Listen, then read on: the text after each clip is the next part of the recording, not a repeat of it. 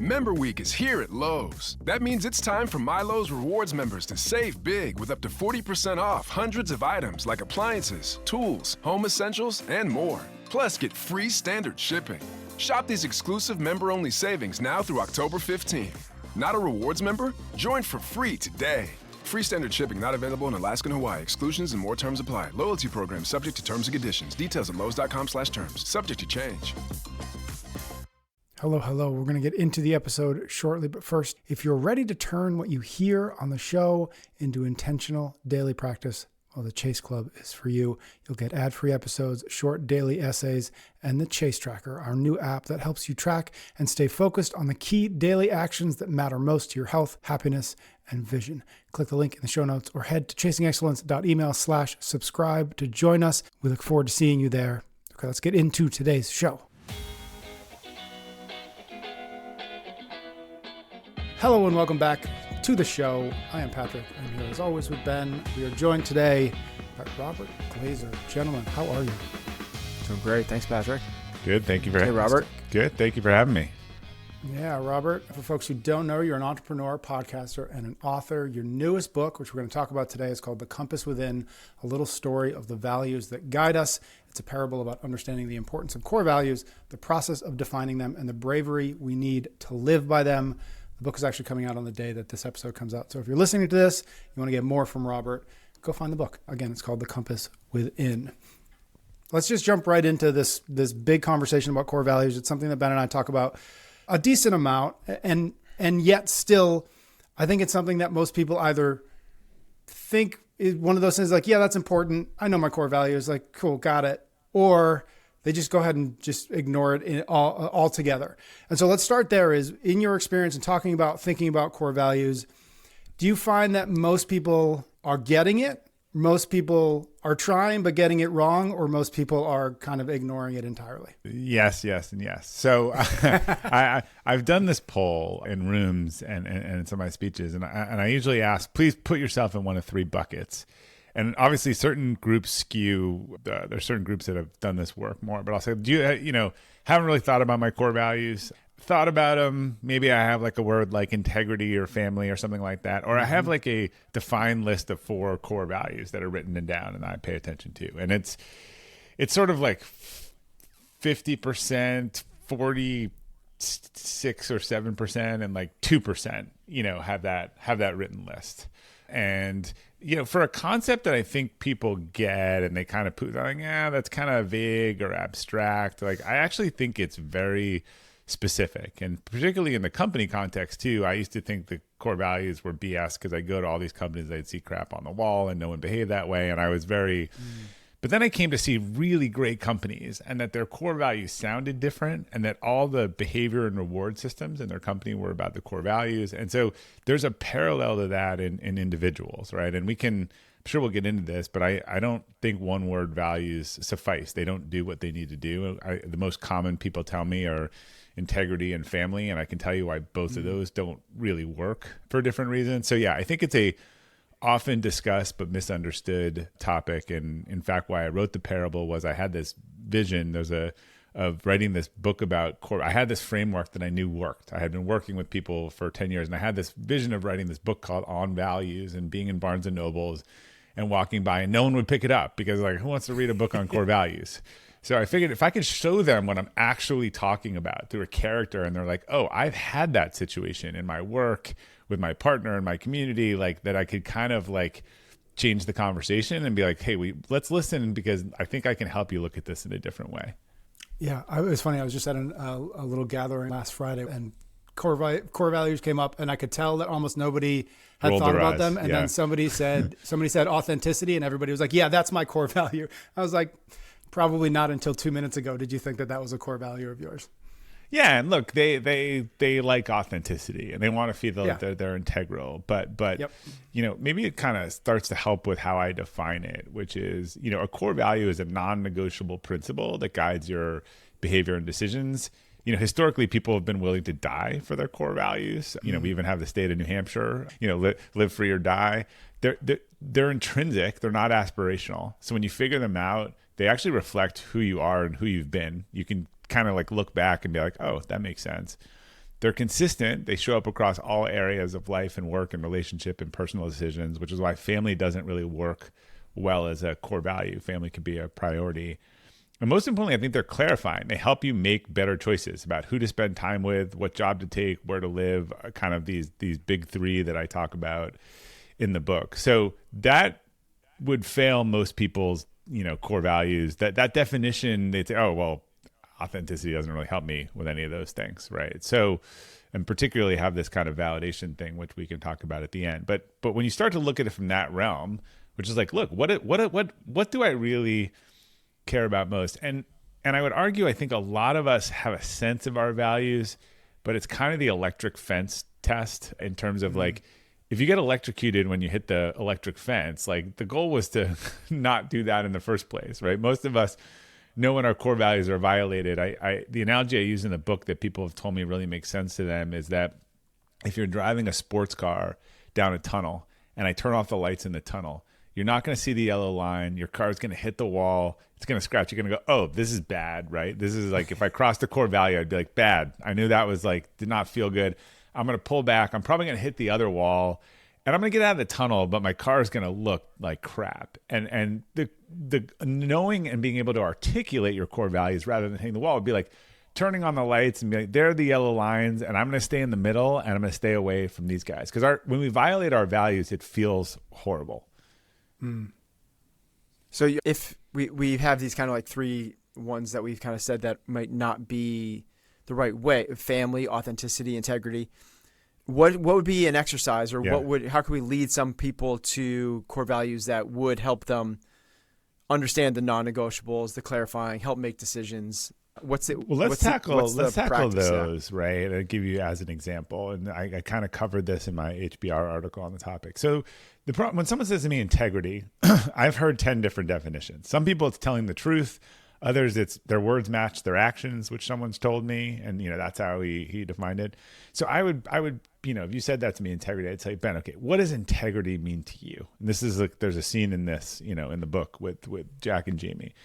And as I got into that, I'm actually going to get to what you actually value, right? And you might be, look, it's all about telling the truth. And then there's going to be a story for me. Either you had a parent that, just talked about the truth or all the time, or someone lied to you very prominently and early on in your life, and it made integrity really important. Those are almost the roots of all values. So when I dig into that, I can find the thing you actually mean. And then I can show you how it is actually working for you and probably applies today in your leadership, in terms of where you live and your family and your friends. So same thing with family. What do you mean by family? Now, to some people, because look, there's some families for whom, family is one of my top priorities, but it's not an absolute. And I don't mean it's an absolute in any way, in that I am not willing to let family do anything because they're family, right? Because that violates other core values. Like, do we let the drunk uncle just act totally inappropriate at the wedding because that's family? Well, that's not integrity, right? Or that's not some of our other values. So same thing when I say to people, like, what's family? They're like, all right, it's a small group of people I can trust that have my back. Okay, well, now that's probably a little bit looks like how you lead. I bet it's how you show up for your friends. Some people say family, their answer would be, it's always being there and showing up. And I was like, here's a great example of why maybe always be there or show up or something like that's a better value for you. Let's say you have a friend and their father dies and you're in the middle of a busy week and you're trying to decide of whether to make the funeral or not.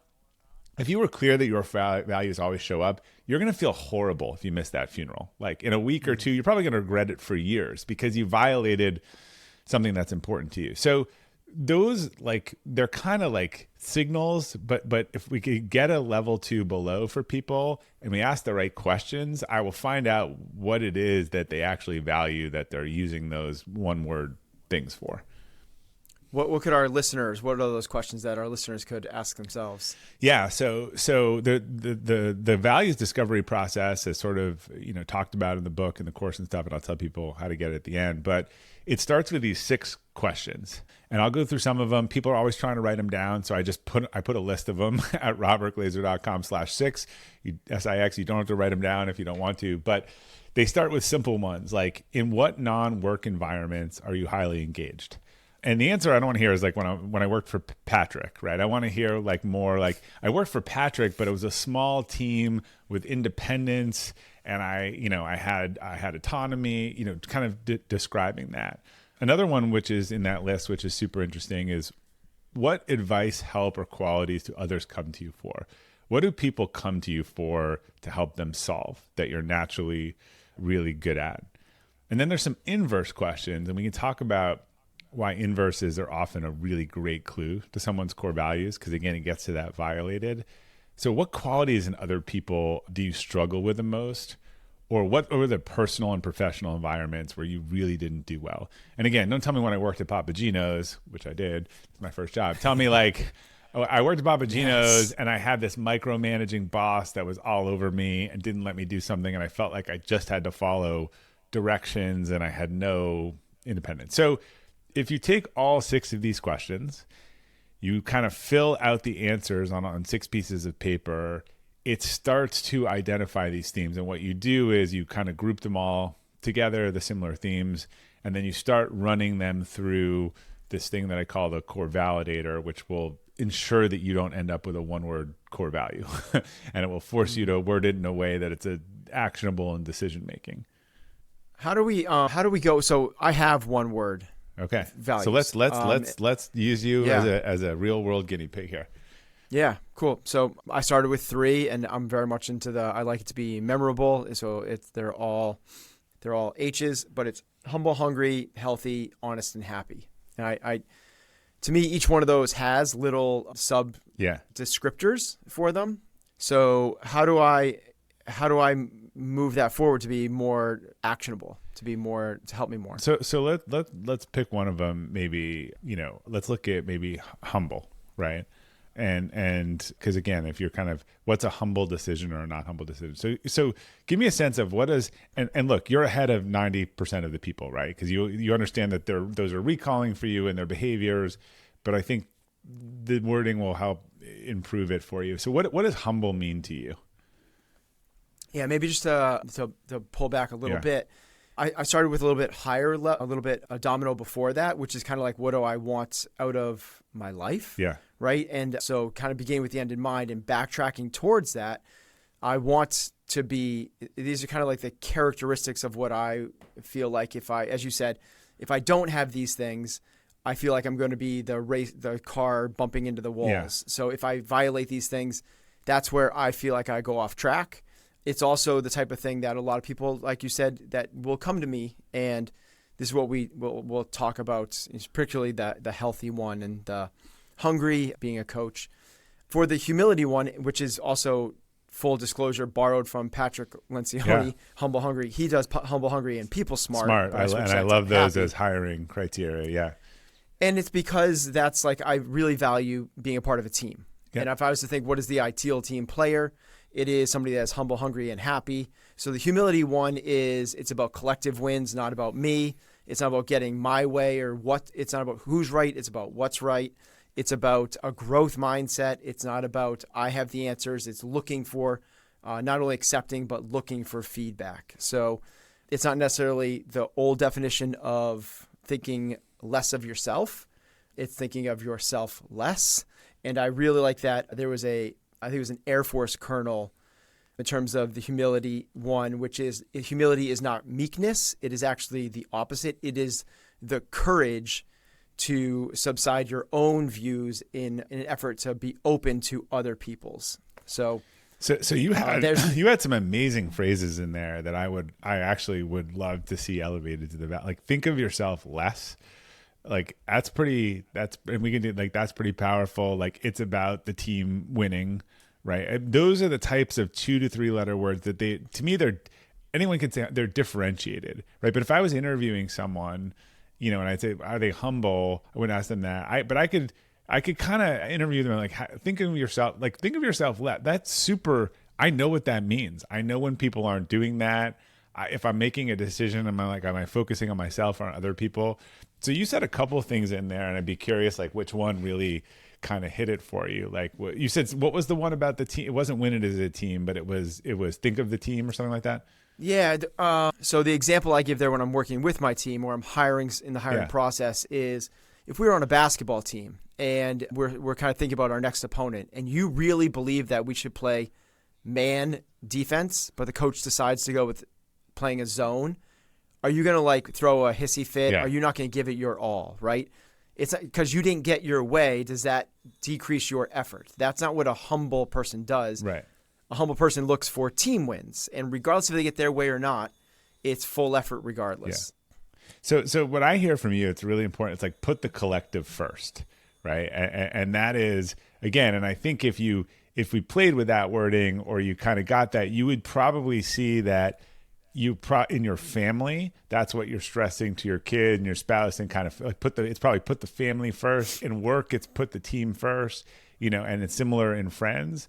So that's my example. There's what I keep hearing in your stories is it's not about you, right? Put the group first, put others first. But why I like that as a more specific core value for you is you could very clearly see how that shows up for you, probably in the work you do in the community and the team and family, and it would kind of touch all of those things in different ways.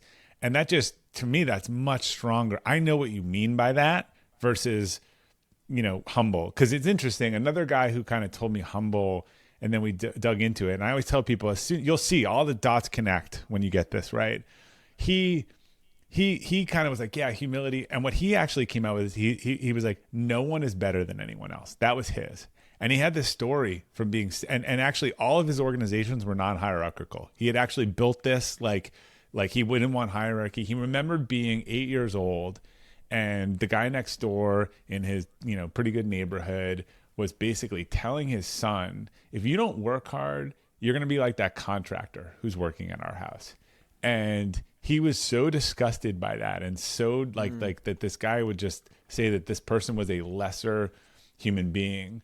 So, but again, yours are different. You guys would get along, right? But the specific, it was interesting because when you start looking at his life, that was his, and you want to talk about what triggered him. Like if anyone was like, show that like, I am better than you, like he was, and obviously that has team connotations.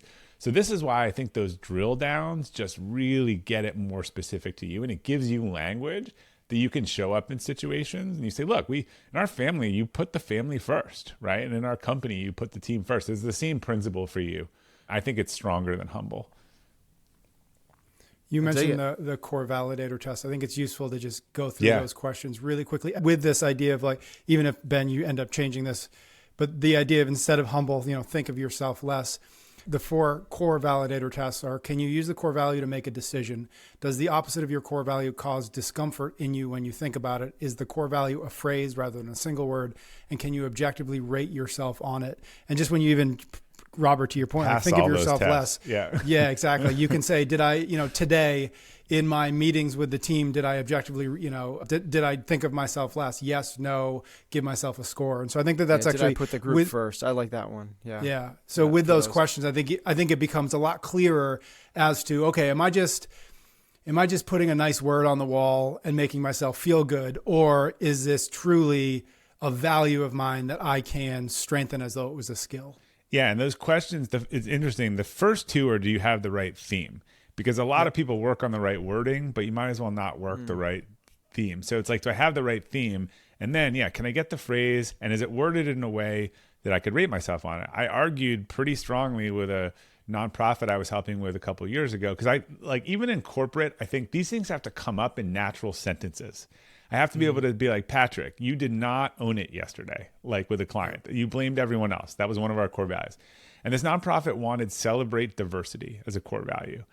And I was like, you can include all perspectives. You can think about like whatever, but you are never going to have a conversation that says, Patrick, on the sales call yesterday, you did a poor job celebrating diversity, right? Like it's just not, it's not, in quoting that, it's just not gonna, you did a poor job in listening for, so this is really where the nuance hits the road. And you could run the process for individual values, and companies are very different, but this validator works for both. You should have ones that you could make a decision on, and you should have ones that you could sit down in a review and say, I did a good job. And I can test, Ben on, this is this will be low hanging fruit, based on what he just said. But Ben, when someone shows up in a group and they are just all about me and my needs, like how does that land for you? Yeah, it feels awkward at best, and yeah, terrible actually. Yeah. What's funny is when I ask people this opposite test, and Patrick, we can test with you in a different way, which we'll just start with the opposite. People try to start off by softening with their response, and then they viscerally, they're like, nah, it's okay, yeah, like, I hate it. Like, I want to, like, and then the like natural thing, this guy was like, he just looked like a look of disgust when he said it to me recently. And I was like, yes, then we're on to something there. We're sponsored this time around by Element, the zero sugar electrolyte drink mix with a meaningful dose of sodium, potassium, and magnesium. Head to drinkelement.com/excellence to get a free Element sample pack with any order. If you've ever dealt with mid-workout cramps, brain fog, or that afternoon slump, it might not be more water that you need, it might be electrolytes. Element was built on the science that many active people need more sodium, not less, and every stick packs a clean, effective ratio with no artificial junk. I've been reaching for their new lemonade salt lately, salty, tart, and perfect on its own, or mixed into an iced tea for a salty Arnold Palmer. Trust me, you will like that. A sincere thank you to Element, actually, for being a longtime sponsor of the show. Supporting them really does support what we do here. So if you have never tried Element, do so.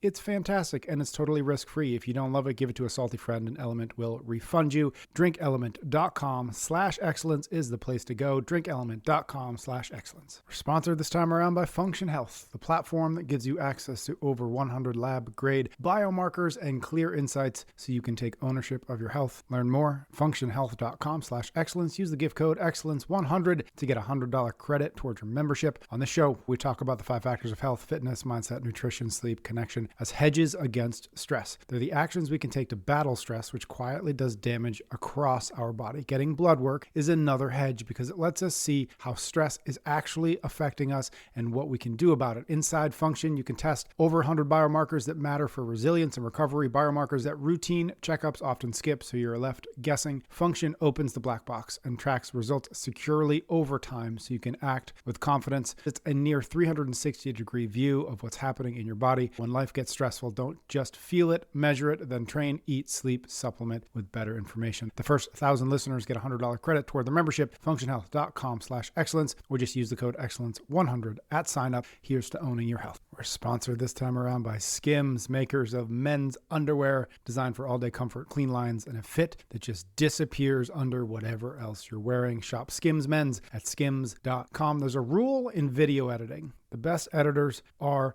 invisible. You shouldn't notice the edit. You should just feel whatever they want you to feel. Underwear should be the same. If you've noticed them all day, something ain't right. Skims nails the nearly invisible part with fabrics that move with you, waistbands that do not dig, and legs that stay put so you're not doing the 5 p.m. adjustment dance. I rotate between the cotton 5-inch boxer briefs on slower days and the stretch 5-inch boxer briefs when I'm training. Both hold their shape, don't ride up, and keep a clean profile under shorts or jeans. The result is simple: confident, comfortable.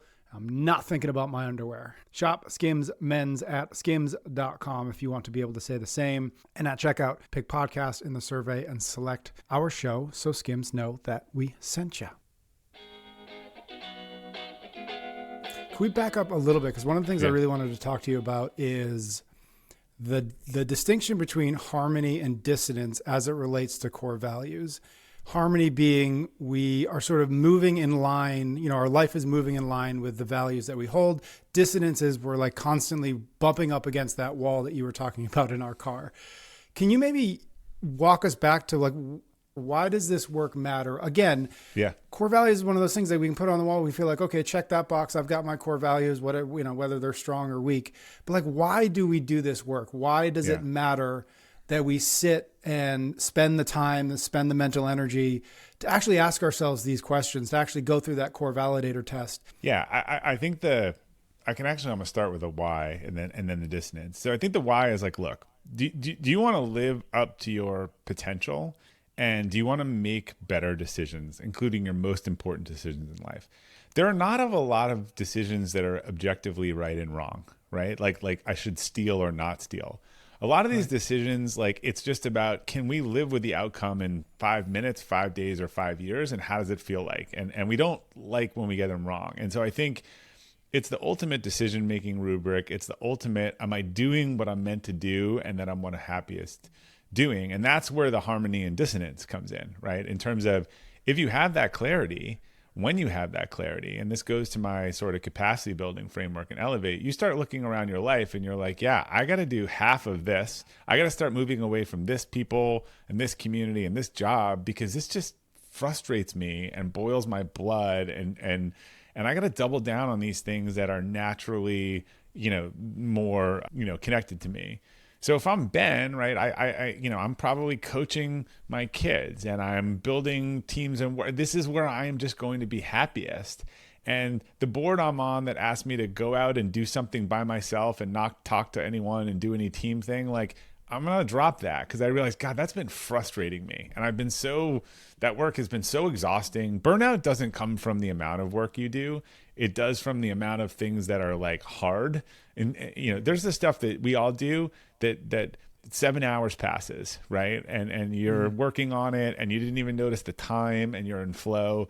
That's when you're in your values. So just because you're working towards your values doesn't mean that things aren't hard, but you're willing to push through. It's connected to what you want. I mean, launching this book is hard. Like, launching any book is hard. But actually, if I didn't believe in this topic and I was like, I got to go talk to these guys and like sit on a podcast for an hour and make this stuff up again, like that, like versus like, this is fun and I want to like, connect it to more people. So we're never going to be perfectly, there's things that like they have to kind of line up or be tolerant, but then there's also these polar opposites, right? And this comes down to relationships too. I talk about your partner in the book, and this is something I didn't understand. I always say my wife and I are different people, different personalities, we have different hobbies, but we're always aligned on the big things. I can't remember a really big thing about our family or living or whatever where we could get on the same page quickly. I think some people might get that backwards. They may see that, we do some activities together and otherwise, but because these things are so deep and these are based on real stories. Imagine someone's married and this person and came from a family where their mother was told that they had a year to live and lived for 7 years from cancer when they were younger. So their entire orientation was, there is no tomorrow. You live for the day, right? This other person they marry came from a family for whom, there was someone who always lived for the day and they never had enough money and they never planned ahead. And they were like, I in life, it is going to be about plan for tomorrow. And so they come together, and this is spend everything and live for today. And this is save and think about tomorrow. You can get away, putting my hands for those can see it, if that's like, this one's a little off, but the other three. Yep. But imagine we invented 3 more scenarios like that, and you are in a relationship with this person, and every day you come with different it's like their Mac and your PC. That's really hard. And I don't think it's going to work. And I hate to say that, but the amount of energy consumed in trying to do that's very different than you play tennis and I don't. So let's say someone finds themselves in that situation where they realize that a relationship they're in or the current job that they have is misaligned. Where would you suggest people, because that's a big, uncovering that is big, and just the awareness could be life-changing, but where would you kind of like, what would be the process you would have them go through after that? Yeah, and this is how I stay out of relationship advice. But I think, Ben, you said it perfectly. I think the awareness is, okay, this is why, this is my operating system, this is theirs, this is work. Can I manage around it with this knowledge, right? And does that work for me? Are there enough other things that are deep that because again, you can manage around 1 or 2.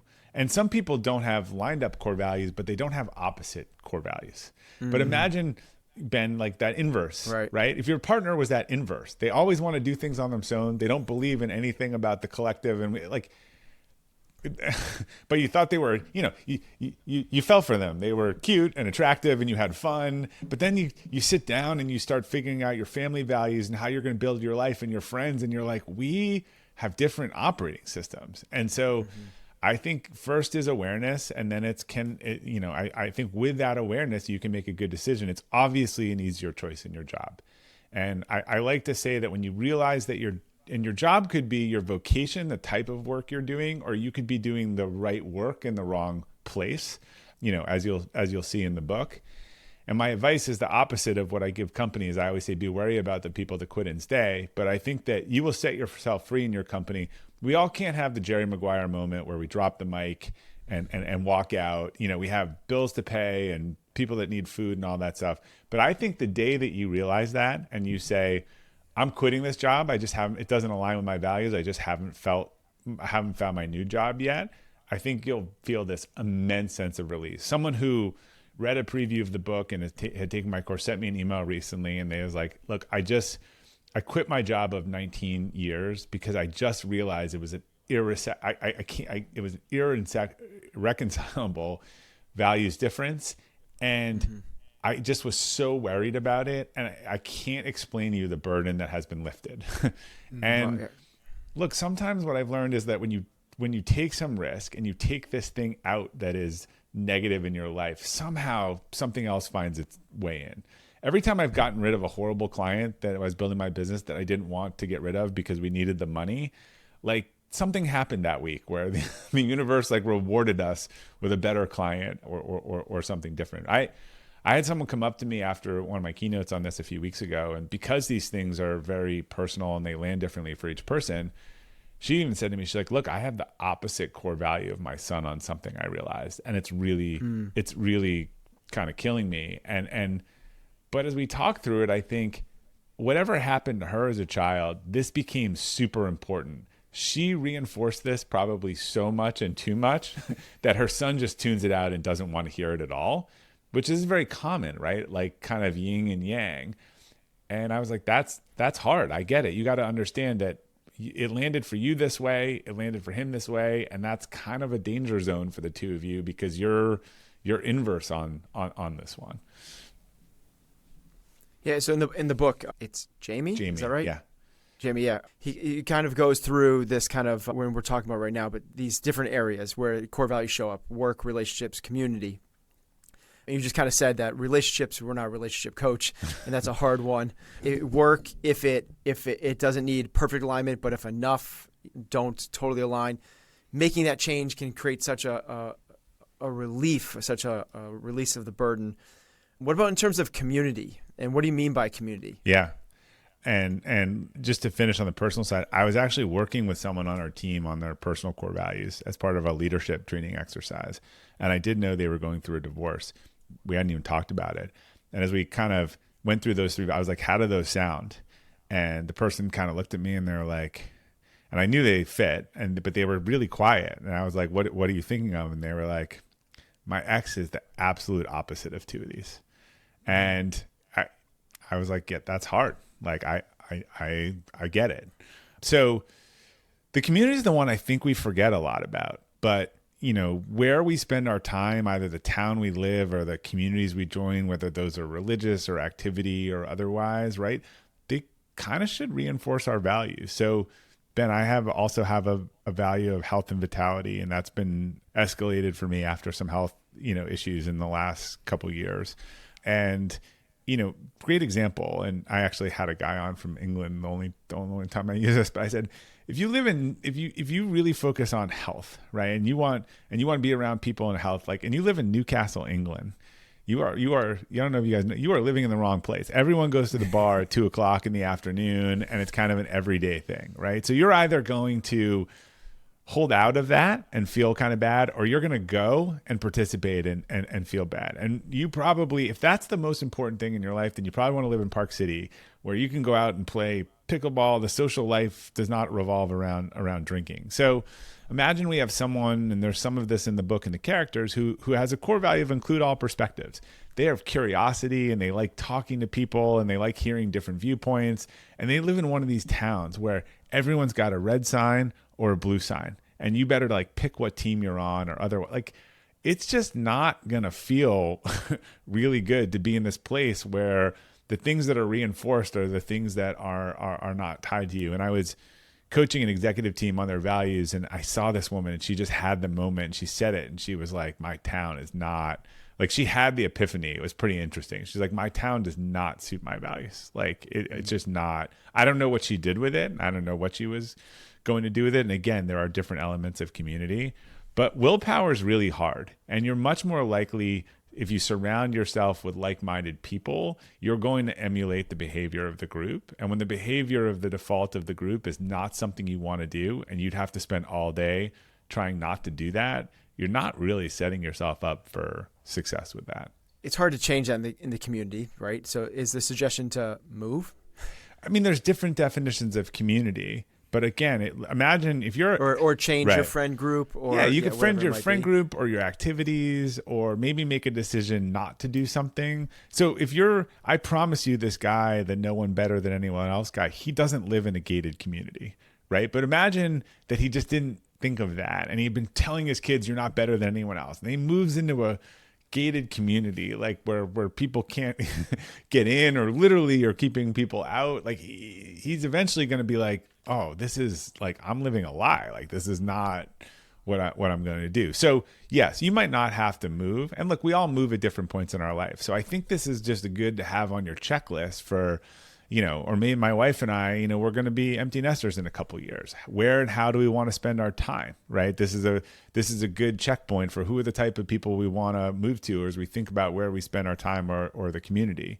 I think, for a lot of people, picking up and moving is hard, but we all have a next move. And sometimes it's a community is the town. Sometimes it's literally the street or the community, or sometimes it's the activities, that you're doing. I think it's different. I think it's different in each area. But yeah, I'm someone who likes places that are, approachable and interactive. And I would never want to be in a place where it feels like you can't talk to your neighbors, or you can't walk on their lawn, or some, security apparatus. That just doesn't align with my sort of ethos. We're sponsored this week by Our Place, makers of high-performance, toxin-free cookware designed to help you cook better with fewer, smarter pieces. Go to FromOurPlace.com/excellence. Use the code excellence for 10% off everything they've got on the site. Here's a simple truth. The right environment pulls you toward the right behavior. My garage gym makes me want to train because the gear is dialed, organized, and easy to grab. Your kitchen can work the same way. When you swap the cluttered 10-year-old pans for great equipment that actually performs, you'll want to get in there and cook. Our Place's 4-piece cookware set replaces a bulky stack with 2 always pans and 2 perfect pots in mini and full sizes, so you can sear, saute, bake, boil, roast, and steam without a cabinet full of single-use clutter. It's toxin-free, made without PFAS or Teflon, so you don't have to wonder what's in your food beyond the ingredients that you put in it. If you're upgrading one thing this season to make better meals easier, make it your cookware. Use the code excellence for 10% off the entire site from ourplace.com/excellence. Sponsored this time around by Shopify, the commerce platform behind millions of businesses and 10% of U.S. e-commerce. From household names to brands just getting kicked off. Turn your big business idea into business reality with Shopify on your side. Go to shopify.com/excellence for a $1 per month trial. Back in 2006, way back when I helped start my first business, getting online meant duct tape and band-aids and prayers and tears. Basically piecemeal templates, hacked plugins, late nights fighting the site instead of building the business. If you're selling something today, Shopify makes getting your stuff online and selling a snap. I'm very jealous. You can spin up a beautiful store with hundreds of ready-to-use templates, then accelerate content with built-in AI to write product descriptions and headlines, get the word out like you've got a marketing team with email and social campaigns wherever your customers are scrolling. And when orders come in, Shopify is your commerce expert for inventory, shipping, returns, and more, so you can focus on the work only you can do. Head to shopify.com/excellence for that $1 per month trial. Shopify.com/excellence. I believe, Robert, I think you've got it on your website. I believe you've got 5 core values. Ben, I think you listed 5. Is there a magical number? Is 10 better than 5? Is 3 better than 5? And then as a follow-up, do we also want to think about whether we have 3 or 4 or 5? Do we want to stack rank them in some way? Is there a value to having a hierarchy in place within those values? Yes, love that question. 3 is better than 10. 5, because I am find a better way and share it as my so my core values are find a better way and share it, health and vitality, respectful authenticity, long-term orientation, and self-reliance. So because I'm a tinkerer and whatever, I have a hard time doing less. So that's almost why I have 5. I think for most people, 3 to 4 is good. We have 3 in our company. I like everyone in our company could tell you, own it, embrace relationships, and excel and improve. They don't need an index card. It's been on their performance review, is in their hiring and all that stuff. So I actually think 3 to 4 is a good sweet spot. Sometimes you have 2 that say the same thing and you can combine them. Your question about hierarchy is super important because yes, I think once you have, so there's 101, let's get our values, and then there's 2R2, let's use them. And then 202 to 303 is you should have a hierarchy. And why you should be clear what the hierarchy is, because some of the hardest decisions you have to make, it's like choosing between your children, are when you have a situation that forces you to choose between one value and the other, because you're really going to struggle on that. So I had someone, I did her values with her, and 2 of her values were always tell the truth, and the other was never cause harm. And I was like, I was like, we should talk about this because I could see some situations in your life. And she had a clear answer. Someone might have had the other answer. So to her it was, and now I'm going to forget what it was, but I think it was, you never do harm unless it means you're lying, and then you tell the truth.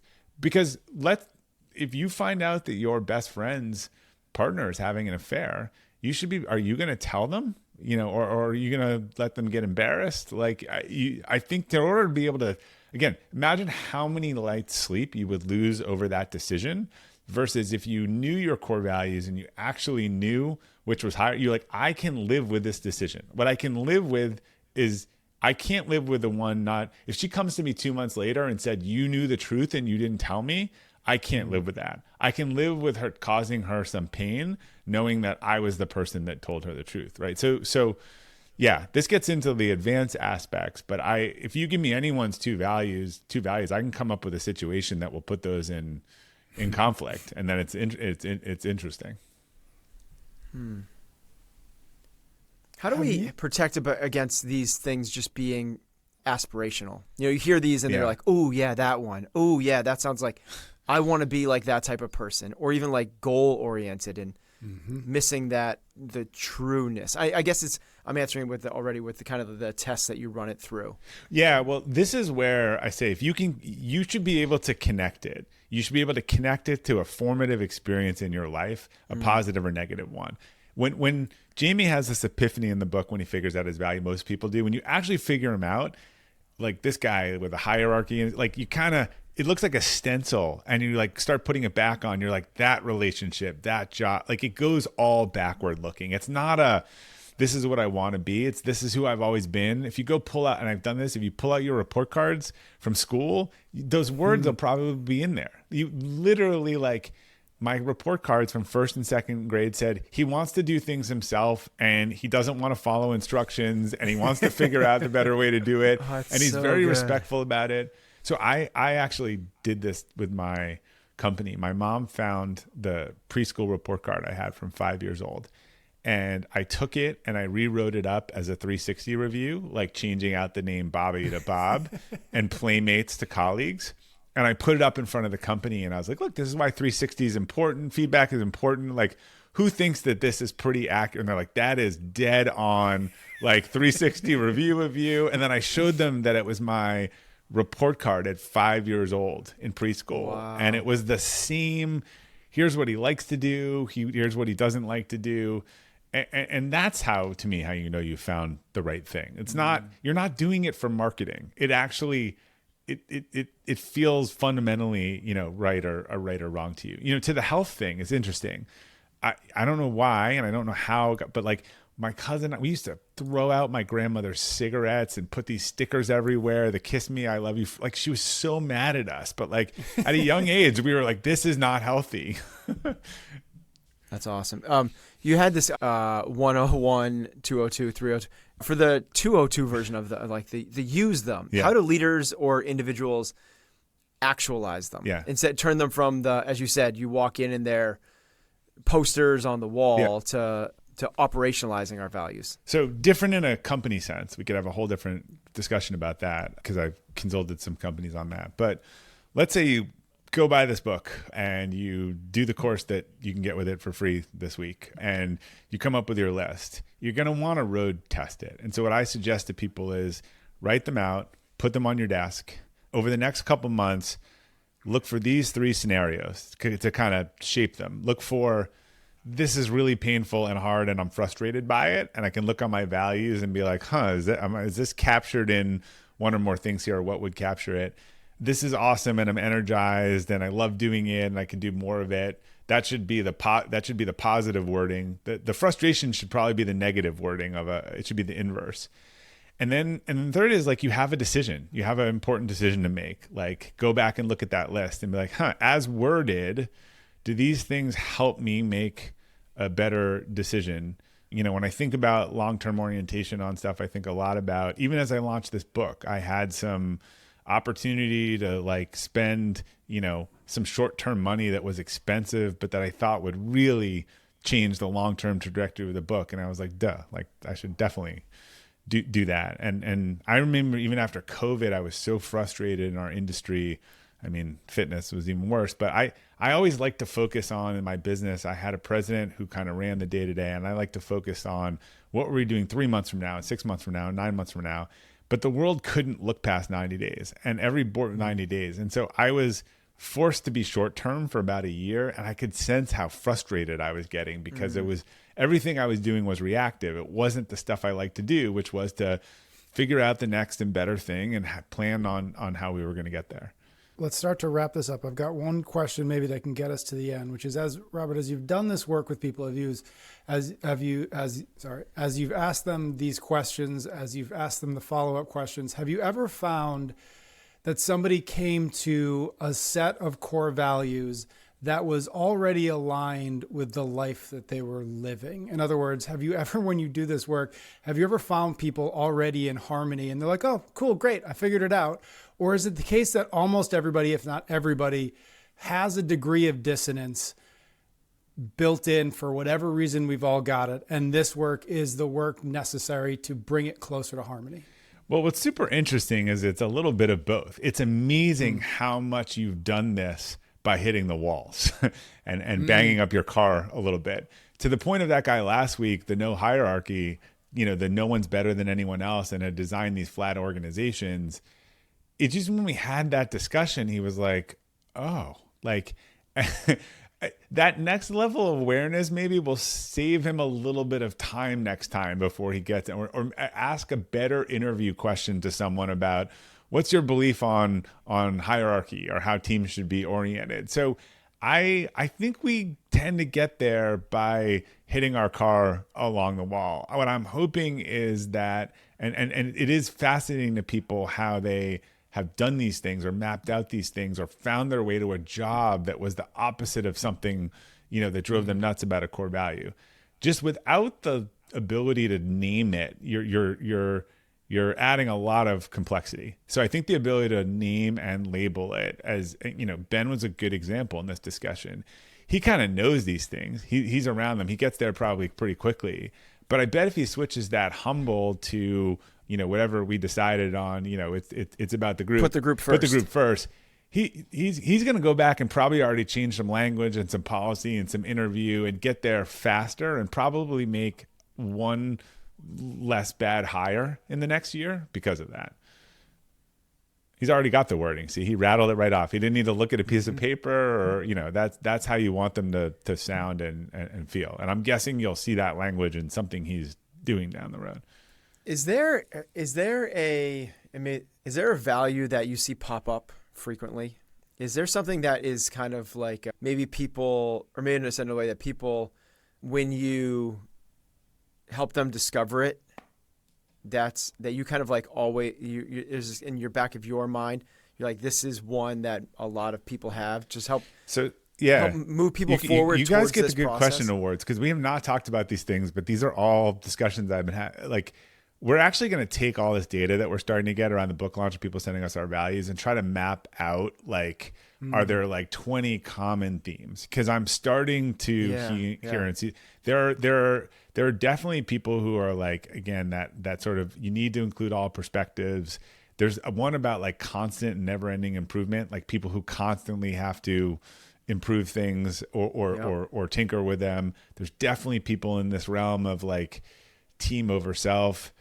What's super interesting is I've had 2 conversations in the last couple of weeks with people around their version. They grew up in the Midwest and South, and they have this aversion to this fake authenticity. Like this, we pretend to be nice and then we go talk about, others behind their backs and say stuff. And so both of them told me an almost identical story, and I can't remember how they worded it. But so I think they're ones that are affected by certain cultures and regions. But I hope in a year to have kind of a little bit of a values genome project to say everyone's is a little bit different, but here are, because I think archetypes are helpful in discovery, but here are kind of 20 groupings that seem to come up a lot.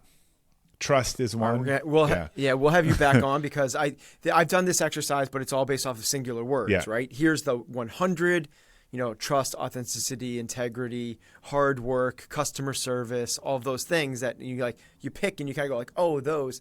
For somebody that's not creative, I love that. Right. Right. If you had those in the phrasal, and I don't want to give people the word, I want to give them the concept. And that's the problem with all those keyword exercises. What they encourage you to do is jump to the end. There are lots of words that I like. I like authenticity and like it stops you from doing the work. And if you answered these 6 questions and you started circling in all the different themes that were the same, you'd start to see some words and stuff pop up, that wouldn't come up in the concepts that don't come up in a straight keyword list. So yeah, most of the exercises out there are pick the keywords that resonate, with you. But this process is, if you can figure out the why for you, if you can kind of figure out, this theme that pops up over and over again, if you can connect it to something and be like, yeah, that's definitely, I bring up the trust one. I've worked with some people who the why archetype, they are trust. And I tested this guy yesterday. When you are trust, if you ask a trust person, if someone violates your trust, does it matter what they did, or are they dead to you? They go, they're dead to me.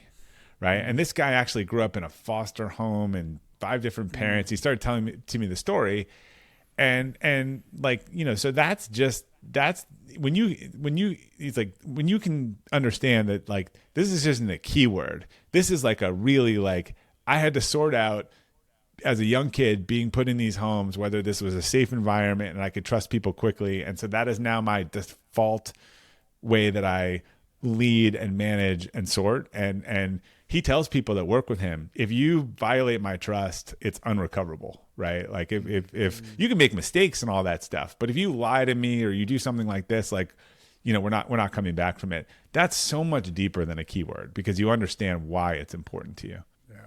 Those 6 questions, I believe the URL, robertglazer.com/6 SIX. Yep. And then you also mentioned a course. You want to just point people towards that? Yeah. So as you said, the book is out this week. If you go to compass-within.com, there's a form right in the middle of the page. You can buy it Amazon, everywhere you want. Put in your order information, and we'll send you the companion course for free. It has the same information in the book. It will just give you the scaffolding and coach you through as you're making these lists. It'll show you how to do it. It'll send you an email every week. It'll give you some tips and tricks. So a lot of people tend to like the course as sort of the scaffolding around it. It's normally $100. It'll go back to $100 next week. So I think it's a pretty good deal to buy a $17 book and get the $100 course. So that it's at compass-within.com is that form.